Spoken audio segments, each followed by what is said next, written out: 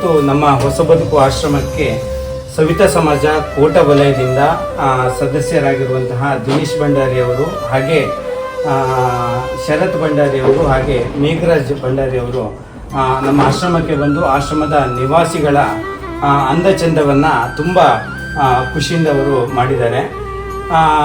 ಮಂಗಳವಾರ ಬಂತಂತೇಳಿ ಹೇಳಿದರೆ ಬೇರೆ ಸೆಲ್ಲುನವರು ಒಂದಿಷ್ಟು ಫ್ಯಾಮಿಲಿ ಜೊತೆ ಸಮಯ ಕಳೀತಾರೆ, ಒಂದಿಷ್ಟು ದೇವಸ್ಥಾನಗಳಿಗೆ ಭೇಟಿ ಕೊಡ್ತಾರೆ. ಆದರೆ ನಮ್ಮ ಕೋಟ ವಲಯದ ಸವಿತಾ ಸಮಾಜದ ಸದಸ್ಯರು ಮಂಗಳವಾರ ಬಂದರೆ ನಮ್ಮ ಆಶ್ರಮದ ನಿವಾಸಿಗಳಿಗೆ ಅಂದವನ್ನು ಮಾಡೋದಕ್ಕೆ ಅವರು ಬರ್ತಾರೆ.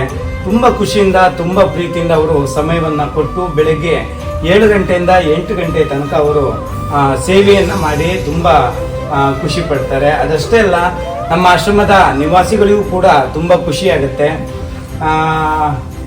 ಮತ್ತು ಇದರಲ್ಲಿ ಮಾತಿಲ್ಲ, ಯಾಕಂದರೆ ಸೇವೆನೇ ಮಾತಾಡುತ್ತೆ. ಆ ವಿಡಿಯೋದಲ್ಲಿ ಸೇವೆನೇ ಮಾತಾಡುತ್ತೆ. ಹಾಗೆ ಇದರ ಅಧ್ಯಕ್ಷರಿಗೂ ಮತ್ತು ಎಲ್ಲ ಸದಸ್ಯರಿಗೂ ಆ ದೇವರು ಆಯುರ ಆರೋಗ್ಯ ಯಶಸ್ಸು ಎಲ್ಲವನ್ನ ನೀಡಲಿ. ಹಾಗೆ ಇನ್ನಷ್ಟು ಸೇವೆ ಮಾಡೋದಕ್ಕೆ ಆ ಭಗವಂತ ಇನ್ನಷ್ಟು ಶಕ್ತಿಯನ್ನು ನೀಡಲಿ.